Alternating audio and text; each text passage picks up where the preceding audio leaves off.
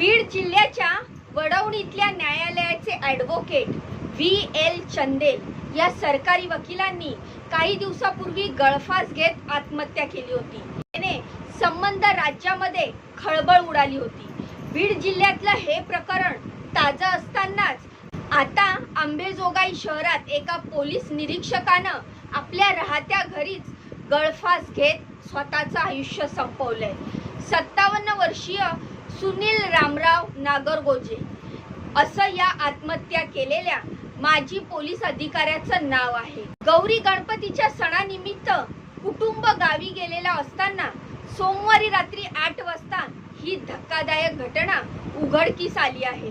अंबेजोगाई शहर पोलिसांनी या घटनेची माहिती मिळताच त्यांनी घटनास्थळी धाव घेत पंचनामा केला आणि संबंधित मृतदेह शवविच्छेदनासाठी अंबाजोगाई इथल्या स्वामी रामानंद तीर्थ वैद्यकीय महाविद्यालयात पाठवलाय।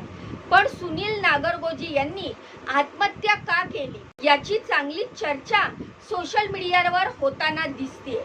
मागील काही महिन्यांपासून त्यांच्यासोबत काय घडत होतं?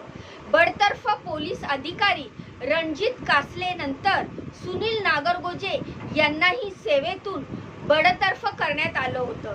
त्याचं नेमकं कारण काय होतं आणि आता त्यांनी आत्महत्येसारखा टोकाचा निर्णय घेण्यामागे कारण असावं, तीच सगळी स्टोरी आपण या व्हिडिओच्या माध्यमातून समजून घेणार आहोत।